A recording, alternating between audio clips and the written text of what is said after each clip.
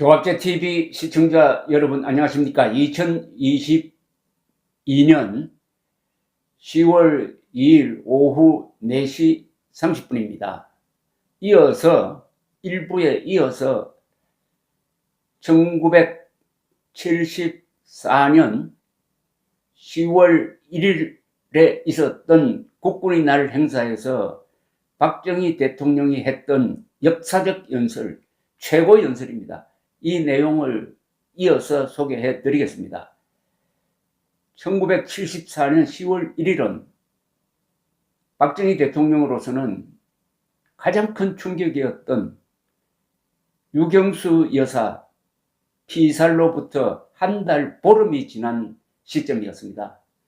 북한이 보낸 자객 문세광에 의해서 부인이 목숨을 잃은 다음에 국군의 날을 맞아가지고 남북관계라든지 대한민국이 나아갈 바를 증명하는 그런 이 역사적 연설에는 이분의 영혼, 정신, 모든 것이 들어가 있고, 그리고 대한민국의 미래를 전망하는 위대한 통찰력이 포함되어 있어가지고 이걸 오늘 여러분들에게 소개하는 이유는 여기서 박 대통령이 던지는 메시지가 하나하나 지금 오늘날 한국 현실에 들어맞는다는 이야기입니다. 위대한 예언적 연설입니다.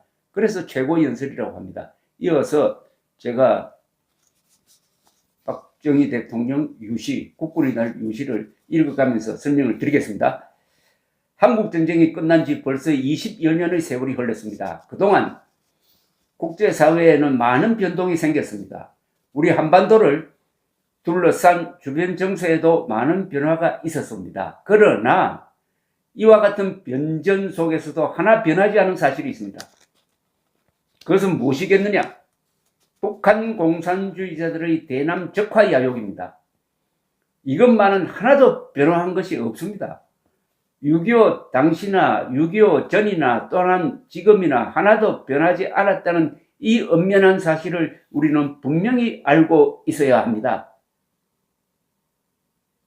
대한민국 지금 2022년 48년이 지난 지금도 변화가 없죠. 그래서 이 연설이 유효하다는 이야기입니다. 다만 변한 것이 있다면 적화 통일의 수단과 방법이 그때의 정세와 여건에 따라서 약간씩 달라졌을 뿐입니다. 6.25 전쟁은 말할 나위 없이 6.25 이전에도 남한 각지에서 공산 파괴 분자들이 저지른 가지가지의 만행, 휴전 후 지난 20여 년 동안의 만여 회도 넘는 그들의 도발적 죄악상, 그리고 최근에 와서는 일본 군대를 발판으로 하여 조총련을 앞잡이로 세워 교묘히 책동하는 우회 침투 공작, 그들의 이와 같은 야만적인 도전은 앞으로도 계속될 것입니다.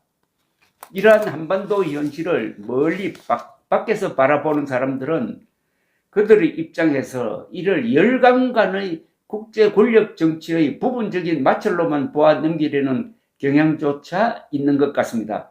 그러나 이 땅에서 살고 있는, 이 땅의 평화와 번영을 이룩하고 통일을 스스로의 책임과 사명으로 삼아야 할 우리들에게는 이는 실로 국가의 안위와 민족의 운명이 걸린 중대한 문제요, 명백하고도 현존하는 도전이 아닐 수 없습니다. 국군 장병 여러분, 오늘의 세대에 사는 우리들은 이와 같은 극좌 모험주의자들과 앞으로도 끝없는 대결을 지속하면서 또 분단된 조국의 통일을 추구해 나가야 합니다. 이는 참으로 막중한 과제요 실현이 아닐 수 없습니다. 그러나 이것이 우리 세대에 부화된 민족적 사명입니다. 이것은 우리에게 주어진 역사적인 소명이기 때문에 어떠한 일이 있더라도 기어코 우리는 이를 수행해 나가야만 합니다. 피해서도 안 됩니다. 또 피할 수도 없습니다. 이렇게 공산주의자들의 적화 전략에 대응하면서도 우리는 통일의 목표를 버리면 안 된다는 이야기입니다. 지금 윤석열 정부 통일을 이야기합니까? 우리 보수 세력 지금 통일을 이야기하고 있습니까? 오히려 통일은 피하고 싶어 하는 걸로 낙인 찍고 있지 않습니까? 특히 젊은 세대들. 그렇다면 이 민족적인 대과업을 어떻게 완수하느냐? 이 과업을 수행하는데 반드시 거쳐야 할 몇 단계의 과정이 있습니다. 자, 지금부터 박정희 대통령이 말하는 통일의 방도가 나옵니다. 그 첫 단계가 지난 8.15 광복절 식전에서도 언급한 바와 같이 한반도에 있어서의 평화정착입니다. 이것이 무엇보다도 선행되어야 합니다. 평화정착이 선행되지 않고 통일 문제를 논의한다는 것은 그야말로 연목구어격입니다. 그래서 우리는 남북 불가침 협정부터 먼저 하자고 했습니다.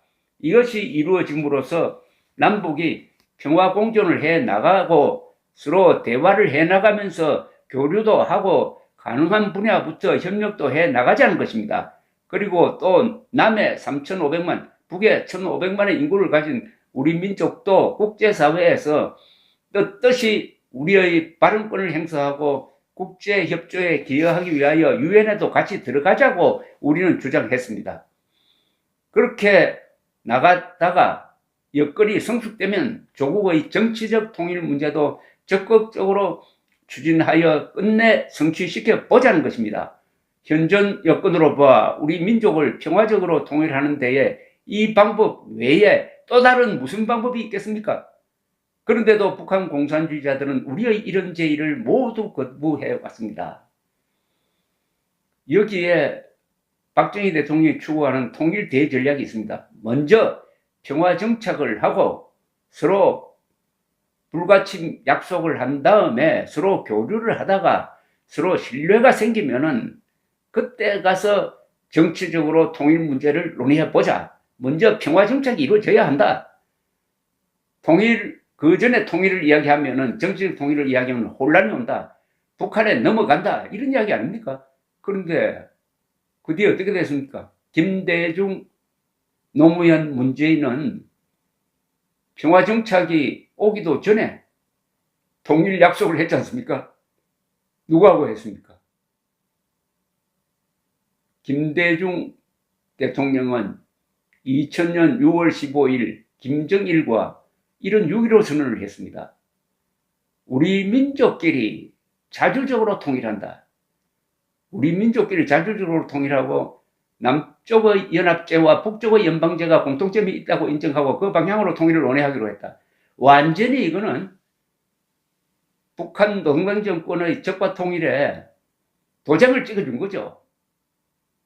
그래서 지금 박정희 대통령이 48년 전에 한 이 연설이 지금도 효과가 있다는 겁니다. 평화정착 먼저 해가지고 남북 간에 도발 안 하고 침략 안 하고 서로 믿고 하는 과정에서 신뢰가 생기면 나중에 정치적인 이야기를 해야 된다. 이런 이야기 아니겠습니까? 불가침 협정부터 먼저 하자고 했는데 이게 바로 1974년 8.15 행사에서 박정희 대통령이 불가침 협정을 제안한다고 발언하는 순간 문세광이가 그때 총을 쏘았습니다. 아주 상징적인 겁니다.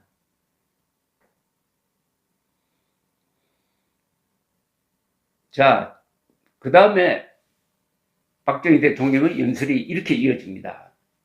지금 이런 판국에 당장 남북 연방제니 대민족회의니 운운하는 것은 음흉한 딴 생각이 있어서 하는 하나의 기만 술책입니다. 그들은 8.15 사건도 우리가 꾸민 조작극이라고 합니다. 1.21 사태도 우리가 조작했다고 하다가 또 한때는 자기들이 해서 미안하다고 하다가 또 자기들이 한 일 없다고 딱 잡아뗍니다. 6.25 사변도 우리가 먼저 공격을 했다고 생떼를 쓰고 있습니다. 어처구니 없고 가정스러운 소행이 아닐 수 없습니다. 그러나 우리는 이러한 상대와 앞으로 조국 통일이라는 벅찬 민족적 대과업을 수행해 나가야 합니다. 여기에는 비상한 인내가 필요합니다. 인내로서 그들과 대화를 지속해 나가야 합니다. 그러나 평화를 하는 최대의 무기는 국력이라는 것을 잊어서는 안 됩니다. 따라서 우리는 이러한 노력과 병행해서 총력을 경주하여 국력 배양에 힘써야 합니다. 그들로 하여금 끝내는 무모한 무력적화 통일의 야욕을 단념케 하고 포기하게 만드는 유일한 방법도 우리의 국력이 하루속히 강대해지는 것뿐입니다. 그렇다면 국력 배양을 촉진하고 가속화하는 최선의 길은 무엇이냐? 그것은 유신과업의 성공적 수행이길 뿐입니다. 10월 유신의 목적이 바로 국민 생활의 능률을 극대화하고 국력을 조직화하자는 데 있기 때문입니다. 막강한 우리 국군은 바로 국력의 상징이요 힘의 원천인 것입니다.